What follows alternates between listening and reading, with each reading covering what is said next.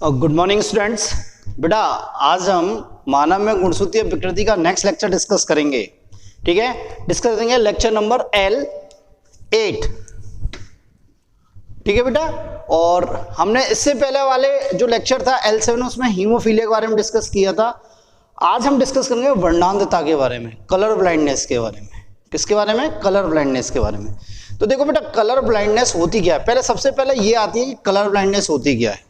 देखो colour blindness क्या होती है, इसमें जो कलर ब्लाइंडनेस का जो पेशेंट होता है वो कलर्स में डिफरेंशिएट नहीं कर पाता, उसमें विभेद नहीं कर पाता कि ये ग्रीन कलर है या रेड कलर है या ब्लू कलर है। मेनली 3 रंगों में विभेद नहीं कर पाता, हरे में, लाल में और नीले रंग में विभेद नहीं कर पाता। ठीक है, तो देखो ये विभेद क्यों नहीं कर पाता, इससे पहले थोड़ी सी आप आई के बारे में जानने जरूरी है। देखो बेटा क्या होता है, आई हमारी आंख, इसमें 2 प्रकार की कोशिकाएं पाई जाती हैं। इसमें 2 प्रकार की कोशिकाएं पाई जाती हैं, मेनली रॉड्स एंड कॉन्स, शंकु, शलाकाएं एवं शंकु। ठीक है बेटा, अब ये रॉड्स जो होती हैं ये क्या करती हैं, ये ब्लैक एंड व्हाइट का ज्ञान कराती हैं हमें। किसका ज्ञान कराती हैं बेटा? ब्लैक एंड व्हाइट का। ये किसका ज्ञान कराती है? ब्लैक एंड व्हाइट का। हमें ब्लैक एंड व्हाइट दिखाती हैं ये। बात समझ में आई बेटा? और ये किसमें? डिम लाइट में काम करती हैं, कम रोशनी में काम करती हैं। ठीक है, इसी प्रकार, और ये संख्या में बहुत अधिक होती हैं। संख्या में क्या होती हैं? अधिक होती है। ठीक है बेटा, और कॉन्स, शंकु, ये क्या करते हैं? ये हमें रंग का ज्ञान कराते हैं। किसका काम करते हैं? रंग का ज्ञान कराते हैं। रंग का ज्ञान, कलर का ज्ञान कराते हैं बेटा। ये कि कौन कि ये नीला है, ये रेड है, और ये क्या बेटा? ये ग्रीन है। इसका ज्ञान कराते हैं हमें, ऐसे कलर का ज्ञान कराते हैं। दूसरी बात, ये तेज रोशनी में काम करते हैं।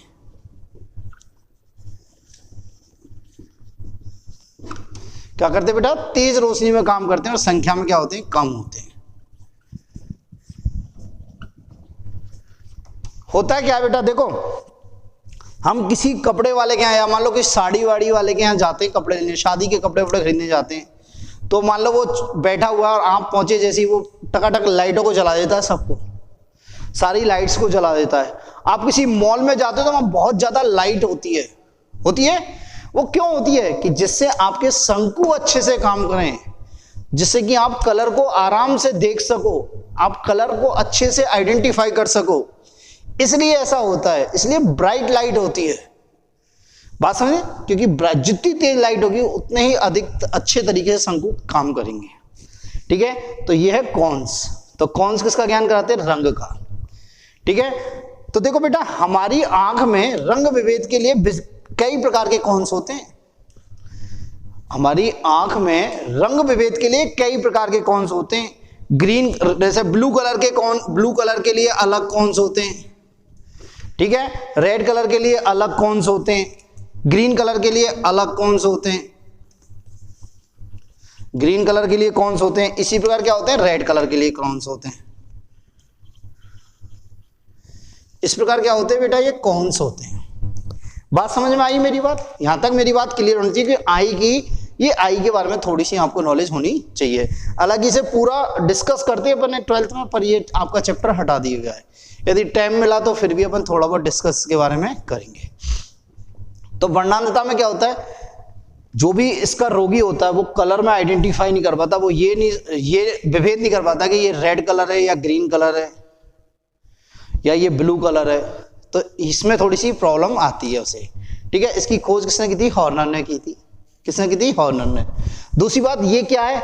एक्स लिंग गुणसूत्र संलग्न वंशागति का एग्जांपल है।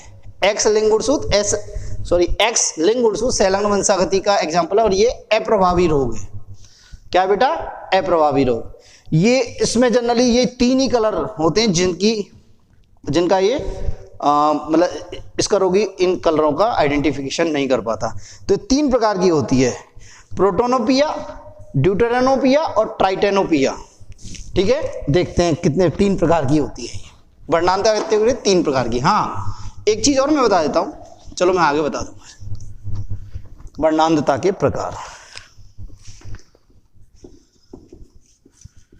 पहली आती है प्रोटोनोपिया।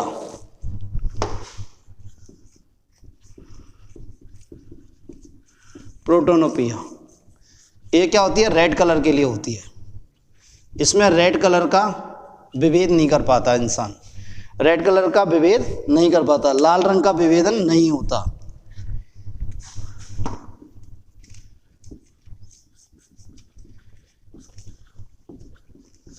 ठीक है, नेक्स्ट आती है ड्यूटेरोपिया।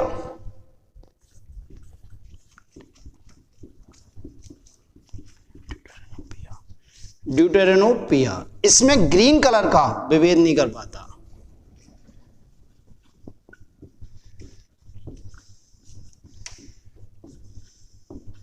नहीं होता। और नेक्स्ट आती है ट्राइटेनोपिया। क्या बेटा, ट्राइटेनोपिया।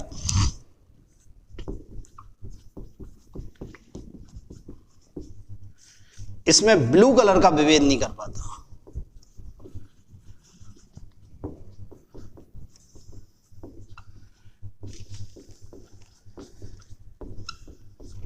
क्या होती है बेटा, तीन प्रकार की होती है ये वर्णांता। प्रोटेनोपिया, क्या बेटा, प्रोटेनोपिया, इसमें क्या होता है, लाल रंग का विभेद नहीं कर पाता। ठीक है, नेक्स्ट होती है ड्यूटेरेनोपिया, इसमें हरे रंग का विभेद नहीं कर पाता। और नेक्स्ट होती है ट्राइटेनोपिया, इसमें नीले रंग का विभेद नहीं कर पाता। देखो बेटा, एक बात ध्यान रखो इंपॉर्टेंट, हालांकि 12th के लिए नहीं पर एक्स्ट्रा पॉइंट्स रहो, ये दोनों जो होते हैं ना, ये दोनों ट्राइटेनोपिया प्रोटेनोपिया ड्यूटेरेनोपिया, इनके कॉन्स बनाने वाली जीन, इन मतलब ब्लू कलर के कॉन्स, रेड कलर के कॉन्स और ग्रीन कलर के cons, red and green colours के कॉन बनाने वाले, मतलब रेड और ग्रीन कलर के कॉन्स बनाने वाली जीन किस पर पाई जाती है, एक्स क्रोमोसोम पर पाई जाती है, एक्स क्रोमोसोम पर प्रेजेंट होती है। दोबारा सुनो, रेड कलर और ग्रीन कलर के कॉन्स बनाने वाली जीन जो होती है वो किस पर पाई जाती है, एक्स क्रोमोसोम्स पर बेटा जो ब्लू कलर बनाने वाले जो कॉन्स की जीन होती है वो एक्स क्रोमोसोम पर नहीं पाई जाती है, वो किसी ऑटोसोम्स पर पाई जाती है। किस पर पाई जाती है, किसी ऑटोसोम्स पर पाई जाती है। तो ब्लू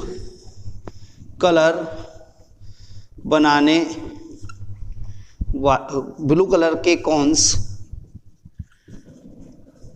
बनाने वाली जीन ऑटोसोम्स पर पाई जाती है या एलिंगी गुणसूत्र पर उपस्थित होती है। ठीक है, और यहां ऐसे लिख देते हैं, यहां भी सही से लिख देते हैं,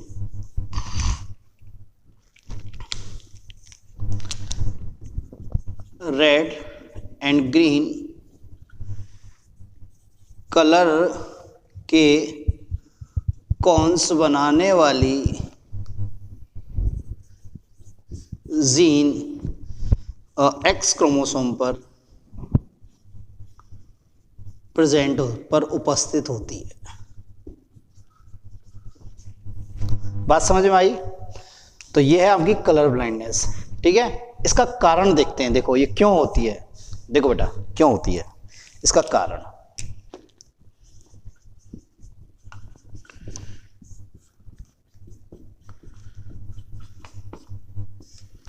देखो बेटा, हम मादा को कैसे लिखेंगे और नर को कैसे लिखेंगे। मादा को लिखेंगे हम 44 प्लस XX और नर को लिखेंगे 44 प्लस XY। देखो बेटा सुनो, ये वर्णांतर किसके कारण हो रहा है, मतलब कॉन्स नहीं बन रहे हैं, मतलब रेड कलर के कॉन्स नहीं बन रहे हैं या ब्लू कलर के कॉन्स नहीं बन रहे हैं या ग्रीन कलर के कॉन्स नहीं बन रहे हैं। ठीक है, तो सुनो, ये जो कॉन्स बनाने वाली जीन है, कॉन्स बनाने वाली जीन है, ये किस पर प्रेजेंट है, एक्स क्रोमोसोम पर है। किस पर, एक्स क्रोमोसोम पर उपस्थित है। किस में बेटा, एक्स क्रोमोसोम पर उपस्थित है। यदि इसी कारणवश ये जो कॉन्स बनाने वाली जीन है इसका कोई अप्रभावी विकल्प आ जाता है या इसमें कोई उत्परिवर्तन हो जाता है, किसी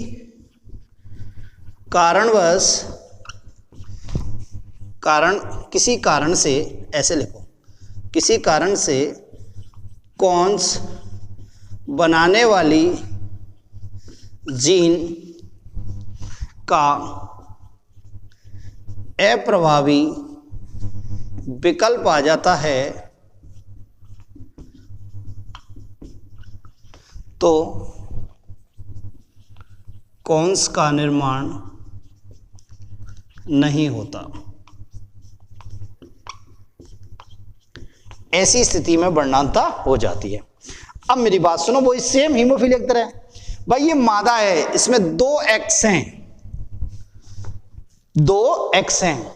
मान लो इसमें जो कौन बनाने वाली जीन है, मान लो ये कौन बनाने वाली जीन है, इसका कोई अप्रभावी विकल्प आ गया या इसमें कोई उत्परिवर्तन हो गया और ये वर्णांत जीन में परिवर्तित हो गई। किसमें परिवर्तित हो गई? वर्णांत जीन में।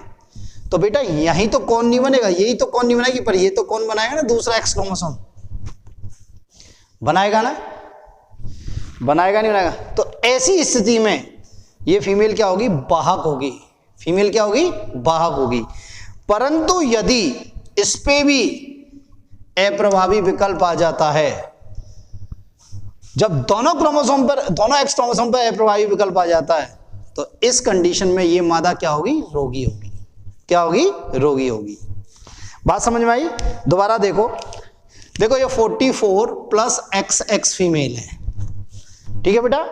क्या होता है? कॉन्स बनाने वाली जो जीन होती है, कलर आइडेंटिफिकेशन के लिए या कलर के विभेदन के लिए जो सेल होती है उन्हें कॉन्स बोलते हैं, और कॉन्स बनाने वाली जीन किस पर पाई जाती है? एक्स क्रोमोसोम पर पाई जाती है। नॉर्मली क्या है कि एक्स क्रोमोसोम पर है और कॉन्स बन रहे हैं, पर किन्हीं कारण कॉन्स बनाने वाली जीन में का कोई अप्रभावी विकल्प आ गया या फिर इसमें कोई उत्परिवर्तन हो गया, इसमें कोई क्या हो गया? उत्परिवर्तन हो गया। और मान लो यहां पर ये जो जीन है इसका अप्रभावी विकल्प आ गया और ये वर्णांत जीन में चेंज हो गई। किसमें हो गई? वर्णांत जीन में। तो यहां पे क्या होगा? यहां कॉन्स का निर्माण नहीं होगा, परंतु ये कॉन्स का निर्माण करेगी, ठीक है। तो ये लेडीज तो आराम से कलर को विभेद कर सकती है, तो इसे बोलते हैं वाहक। क्या बोलते हैं? वाहक। यदि इस फीमेल में, यदि इस एक्स क्रोमोसोम पे भी क्या हो जाता है? अप्रभावी विकल्प आ जाता है, तो यहां पे ये भी निर्माण, दोनों ही निर्माण नहीं करेगी, तो इसे बोलते हैं रोगी। क्या बोलते हैं? रोगी। तो हम क्या कह सकते हैं कि समयुग्मनज अवस्था में तो मादा क्या होती है? वर्णांतता की रोगी होती है, पर विषमयुग्मनज अवस्था में क्या होती है बेटा? विषमयुग्मनज अवस्था में क्या होती है? वाहक होती है, ठीक है। इसी प्रकार देखो नर, भाई नर को कैसे लिखेंगे? 44 प्लस XY। अब जो कॉन्स बनाने वाली जीन है वो तो इसी क्रोमोसोम पे एक्स पे, वाई पे तो है ही नहीं है। तो क्या होगा मेरे बच्चों? यदि यहां कोई अप्रभावी विकल्प आ जाता है, यहां कोई अप्रभावी विकल्प आ जाता है या इस जीन में कोई उत्परिवर्तन हो जाता है और ये वर्णांत जीन में चेंज हो जाती है, तो ऐसे में ये नर वर्णांतता का रोगी होगा, वर्णांतता का रोगी होगा। दूसरी बात, वर्णांतता की जीन घातकता नहीं शो करती। हीमोफीलिया एक ही जीन ही क्या शो करती है? घातकता शो करती है। बात मेरी क्लियर है? तो देखते हैं अपन इसकी कैसे लिखेंगे, इसे कैसे लिख सकते हैं, समझ में आ गई?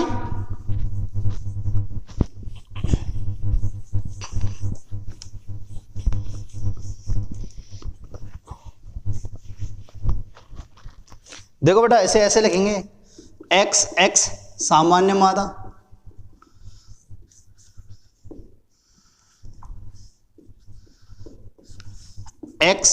CX ये क्या है?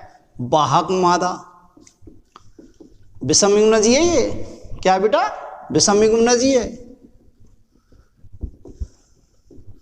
विषमयुग्मनजी अवस्था क्योंकि दोनों अभी सेम नहीं है, क्योंकि इस पे क्या है? वर्णांत जीन है, इस पे नहीं है। XC ये क्या है? रोगी मादा। क्या बेटा? ये रोगी मादा। XY ये क्या है? सामान्य नर। क्या बेटा, सामान्य नर। और ये क्या है, XCY, ये क्या है, ये है रोगी नर। क्या बेटा, रोगी नर। ये विषमयोनजी है, ये क्या है, समयोनजी। ये क्या है, समयोनजी स्थिति। मेरी बात समझ में आई। तो अब देखो इसकी वंशागति देखते हैं अपन, वर्णांता की वंशागति देखते हैं, ठीक है। वंशागति, इसकी वंशागति कैसे होती है। मान लो रोगी पुरुष और सामान्य मादा, पहला लिखते हैं फर्स्ट, रोगी पुरुष एवं सामान्य मादा, ठीक है। तो देखते हैं बेटा, इसको करते हैं रोगी पुरुष एंड सामान्य मादा। तो रोगी पुरुष क्या है, XCY। हाँ, एक ध्यान रखना, ये C और H में बहुत अंतर है। ये C क्या, कलर ब्लाइंडनेस को शो करता है, और यदि मैं ऐसे लिख देता XHY तो ये हीमोफीलिया को शो करता है, ध्यान रखना, ठीक है। इसमें क्या है, सामान्य मादा। क्या बेटा, सामान्य मादा है। तो देखते हैं कैसी संतान होगी इनकी। ऊपर नर, नीचे मादा, XCX, XCX, XY, XY। इनकी 50% संतान, जिसमें ऐसे लिखते हैं 50% संतान में से मादा वाहक, मादा क्या होंगी, वाहक। नेक्स्ट 50% संतान में से सामान्य नर, इसे ऐसे लिखो वाहक मादा। मेरी बात समझ में आई है नहीं आई। ये तो क्या हो गई, वाहक हैं, ये दोनों क्या है, वाहक, और ये क्या है, सामान्य, नर ही तो है, ठीक है। नेक्स्ट देखते हैं सामान्य, या ऐसे कहते हैं सामान्य पुरुष और वाहक मादा। क्या, सामान्य पुरुष और वाहक मादा में देखते हैं क्या होता है। बेटा ये क्रॉस है ना, करवा सकता है वो एग्जाम में भी। देखते हैं सामान्य नर और वाहक मादा कैसे लिखेंगे, XY, XCX। देखो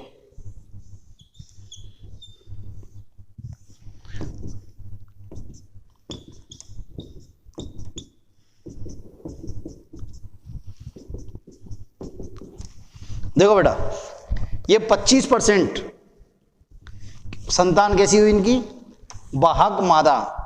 ये 25% संतान कैसी हुई, रोगी नर। 25% कैसी हुई, सामान्य मादा, और 25% हुई सामान्य नर। मेरी बात समझ में आई। तो देखें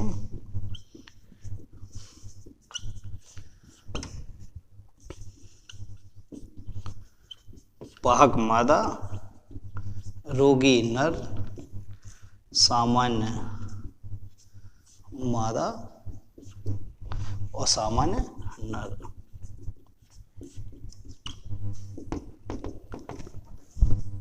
यहां तक मेरी समझ में आई। एक लास्ट और लेते हैं, रोगी या हाँ रोगी पुरुष और वाहक मादा। कैसे भी करा लो, आप समझ तो गए, कैसे भी करा लो हमको पता लग ही जाएगा, क्योंकि हमको पता है इसकी जीनोटाइप, मैंने आपको बताई थी अभी।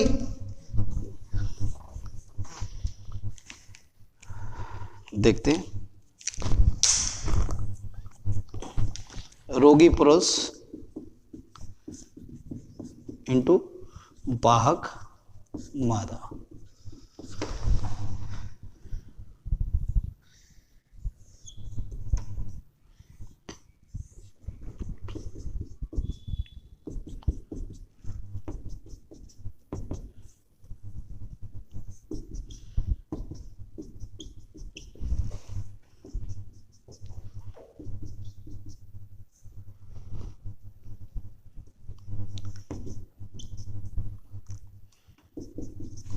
देखो बेटा, ये क्या होगी, ये वाली रोगी मादा क्या होगी बेटा, रोगी मादा, ये क्या होगी? वाहक मादा।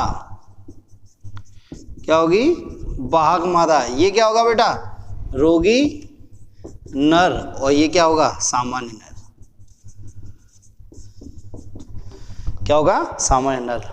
इस प्रकार हमें कुछ भी दे दे, आपको दे दे रोगी पुरुष रोगी मादा, सामान्य पुरुष रोगी मादा, कुछ भी दे दे, अपन ये बात, अपन को ये चेकर बोर्ड बनाना आ गया, हमको ये चेकर बोर्ड बनाना आ गया, तो हम किसी भी प्रकार से बता सकते हैं कि कौन सी इसकी संतानें कैसी कैसी होंगी, इनकी संतानें कैसी कैसी होंगी।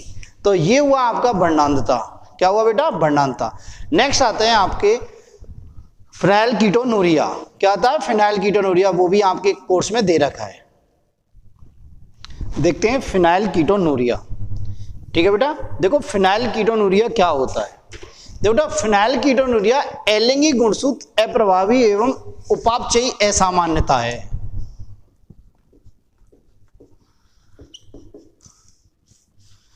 असामान्यता है। देखो बेटा, जैसे लिंगी गुणसूत्रों से रिलेटेड डिजीज होती है, जो हमने पढ़ा था अभी, जैसे हमने पढ़ा था लिंगी गुणसूत्रों से संबंधित डिजीज, तो अपन ने पढ़ा था एक्स लिंग गुणसूत्र संलग्न वंशागति, वाई गुणसूत्र लिंग संलग्न वंशागति, एक्स एंड वाई गुणसूत्र लिंग संलग्न वंशागति।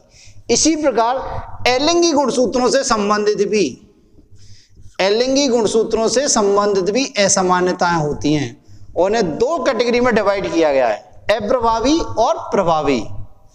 क्या बेटा? अप्रभावी और प्रभावी। देखो अप्रभावी में कौन कौन से एग्जाम्पल आते हैं? अप्रभावी में कौन से एग्जाम्पल आते हैं? Albinism, alkaptonuria, sickle cell anaemia,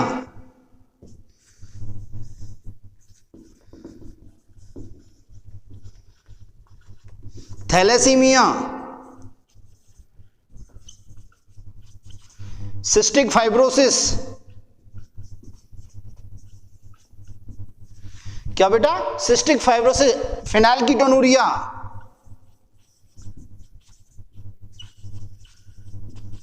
क्या बेटा? Phenyl ketonuria. ये किस में आते हैं? एलिंगी गुणसूत्र अप्रभावी, मतलब एलिंगी गुणसूत्रों से रिलेटेड डिजीज से संबंधित रोग।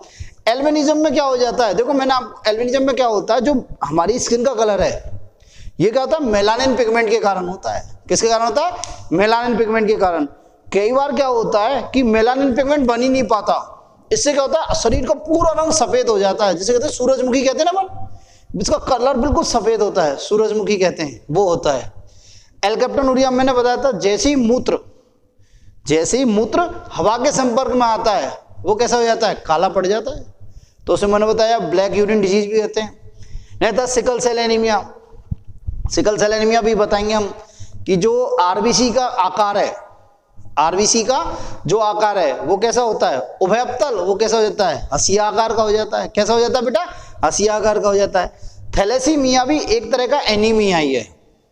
क्या है? एनीमिया। इसमें भी क्या हो जाती है? रक्त की कमी हो जाती है। सिस्टिक फाइब्रोसिस क्या होता है बेटा? इसमें क्या होता है? शरीर में गांठें बन जाती हैं। क्या बन जाती है बेटा? शरीर में गांठें बन जाती हैं, तो इसे बोलते हैं सिस्टिक फाइब्रोसिस। नेक्स्ट आता है फिनाइल कीटोनूरिया, जो अभी अपन डिस्कस करेंगे। फिनाइल कीटोनूरिया जो अपन डिस्कस करेंगे। तो मेरी बात समझ में आई? तो इसी प्रकार एलिंगी गुणसूत्रों से संबंधित भी डिजीज होती हैं। ठीक है, ऐसी होती है ये एलिंगी गुणसूत्रों से संबंधित प्रभावी रोग जो होते हैं, वो उसमें आता है मायोटोनिक डिस्ट्रोफी। क्या होती है बेटा? Myotonic dystrophy.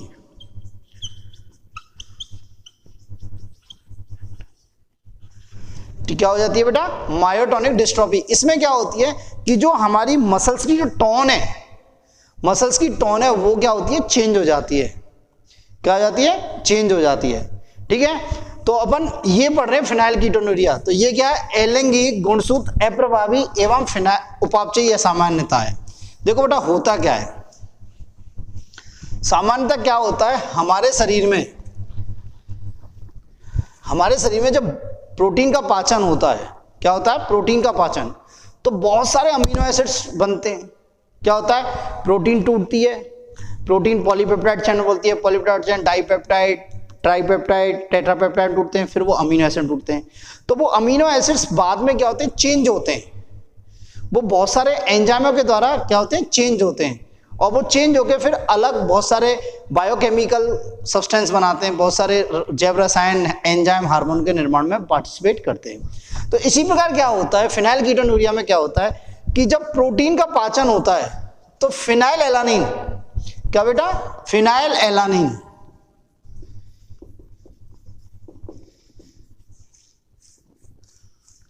Phenyl alanine amino acid बनता है।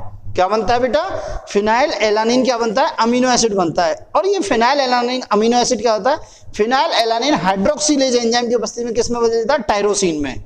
किस में बदल जाता है, टायरोसिन में। किसकी उपस्थिति में, phenyl alanine hydroxylase, phenyl alanine hydroxylase enzyme की उपस्थिति में ये टायरोसिन में बदल जाता है। और ये टायरोसिन यहां से किसका, T3 T4 का निर्माण करता है। कैटाकोलामाइन मतलब एड्रीनलिन, नॉर एड्रीनलिन के निर्माण में भाग लेता है। एड्रीनलिन, नॉर एड्रीनलिन को सम्मिलित रूप से क्या बोलते हैं, कैटाकोलामाइन।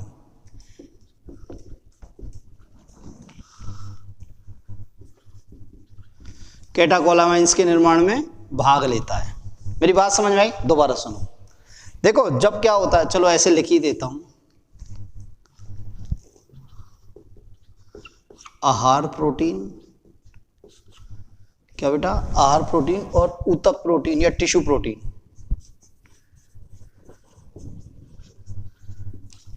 आहार प्रोटीन या टिश्यू प्रोटीन होता क्या बेटा, आहार प्रोटीन और टिश्यू प्रोटीन जब ये टूटती हैं तो बहुत सारे अमीनो एसिड बनते हैं। एक्चुअली प्रोटीन टूटती कैसे, मैं एक बार बता देता हूं आपको। प्रोटीन से क्या बनते हैं, प्रोटीन पॉलीपेप्टाइड, पॉलीपेप्टाइड चेन में टूटती है। किस में टूटती है, पॉलीपेप्टाइड चेन में। फिर ये पॉलीपेप्टाइड चेन और छोटी चेन में टूटते हैं, छोटी चेन में टूटते हैं। ये छोटी चेन क्या बढ़ती है, डाइपेप्टाइड, डाइपेप्टाइड या ट्राइपेप्टाइड या टेट्रापेप्टाइड में टूटती हैं। मतलब डाइपेप्टाइड मीन्स 2 अमीनो एसिड्स वाली, ट्राइपेप्टाइड में 3 अमीनो एसिड वाली, ट्राइपेप्टाइड में 4 अमीनो एसिड वाली, ठीक है। और छोटी पेप्टाइड चेन क्या होगी, इसमें करीब थोड़े 10 से 20 अमीनो एसिड्स जुड़े रहते हैं, तो उन्हें कहते हैं छोटी पेप्टाइड चेन। बड़ी पेप्टाइड चेन होती है बहुत सारे अमीनो एसिड्स। अब ये फिर ये टूट के क्या बनाते हैं, अमीनो एसिड्स बनाते हैं बेटा। क्या बनाते हैं, अमीनो एसिड। और ये अमीनो एसिड किसका निर्माण करते हैं, बहुत सारे एंजाइम का निर्माण करते हैं, बहुत सारे हार्मोन्स का निर्माण करते हैं, और भी बहुत सारी चीजों में ये काम आते हैं। बात मेरी समझ में आई, ठीक है। तो जब ये आहार प्रोटीन या एनिमल टिश्यू जब टूटते हैं तो एक अमीनो एसिड बनता है फिनाइल एलानिन। ये अमीनो एसिड है, अमीनो अम्ल है। और ये फिनाइल एलानिन तुरंत फिनाइल एलानिन हाइड्रोक्सिलेज एंजाइम की उपस्थिति में टायरोसिन में बदल जाता है। किस में जाता है, टायरोसिन में। और ये टायरोसिन क्या करता है, ये T3 T4 हार्मोन के निर्माण में पार्टिसिपेट करता है, उसके निर्माण में भाग लेता है, एड्रेनलिन नॉरएड्रेनलिन के निर्माण में भाग लेता है, ठीक है। तो होता क्या है, ये जितने भी एलिंगी गुणसूत्र अप्रभावी हैं, मतलब एलिंगी गुणसूत्र से रिलेटेड रोग हैं, ये किसके कारण होते हैं, उत्परिवर्तन के कारण होते हैं। किसके कारण होते हैं, उत्परिवर्तन के कारण, ठीक है। तो ये फिनाइल एलानिन की जो जीन होती है, इस फिनाइल एलानिन को बनाने वाली जीन, ये क्या होती है, क्रोमोसोम नंबर 12 नंबर के क्रोमोसोम पर पाई जाती है। किसमें, 12 नंबर के क्रोमोसोम पर पाई जाती है। यदि इस जीन में कोई उत्परिवर्तन हो जाए, बनाने वाली जीन में यदि उत्परिवर्तन हो जाए, तो फिनाइल या एलानिन हाइड्रोक्सिलेज का निर्माण नहीं होगा। तो क्या होगा, फिनाइल एलानिन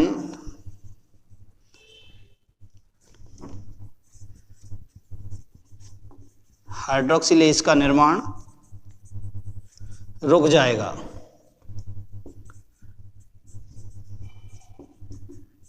जब फिनाइल एलानिन हाइड्रोक्सिलेज का निर्माण रुक गया तो हमारे शरीर में क्या होगी, फिनाइल एलानिन की मात्रा बढ़ने लगेगी। क्यों, क्योंकि ये टायरोसिन में नहीं बदल रहा है, ये टायरोसिन में नहीं बदल रहा है।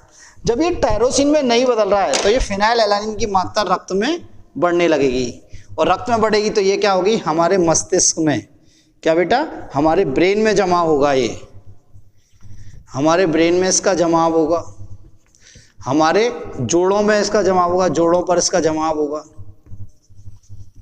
किडनी में जमाव होगा, किडनी मतलब नेफ्रॉन में जमाव होगा। ठीक है, तो बेटा जब ब्रेन में जमाव होगा ना, मस्तिष्क में जमाव होगा, तो सोचने की क्षमता कम हो जाएगी, सोचने की क्षमता कम हो जाएगी। ठीक है, ब्रेन अपना काम करना कम कर देगा, ब्रेन अपना काम करना क्या कर देगा, कम कर देगा, मतलब व्यक्ति मानसिक रूप से कमजोर हो जाएगा, मानसिक रूप से कमजोरी आएगी। ठीक है, जब जोड़ों में जमाव होगा तो जोड़ों में दर्द होगा, दर्द होगा, और क्या होगा, इन्फ्लामेशन होगा, क्या होगा, इन्फ्लामेशन। यदि किडनी में जमाव होगा, क्या होगा बेटा, किडनी में तो चयनात्मक, क्या बेटा, चयनात्मक पुनः अवशोषण रुक जाएगा,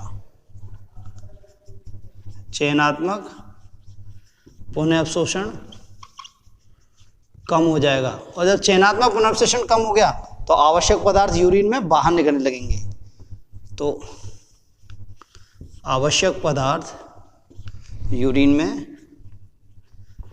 बाहर आने लगेंगे, बाहर निकलने लगेंगे या उत्सर्जित होने लगेंगे।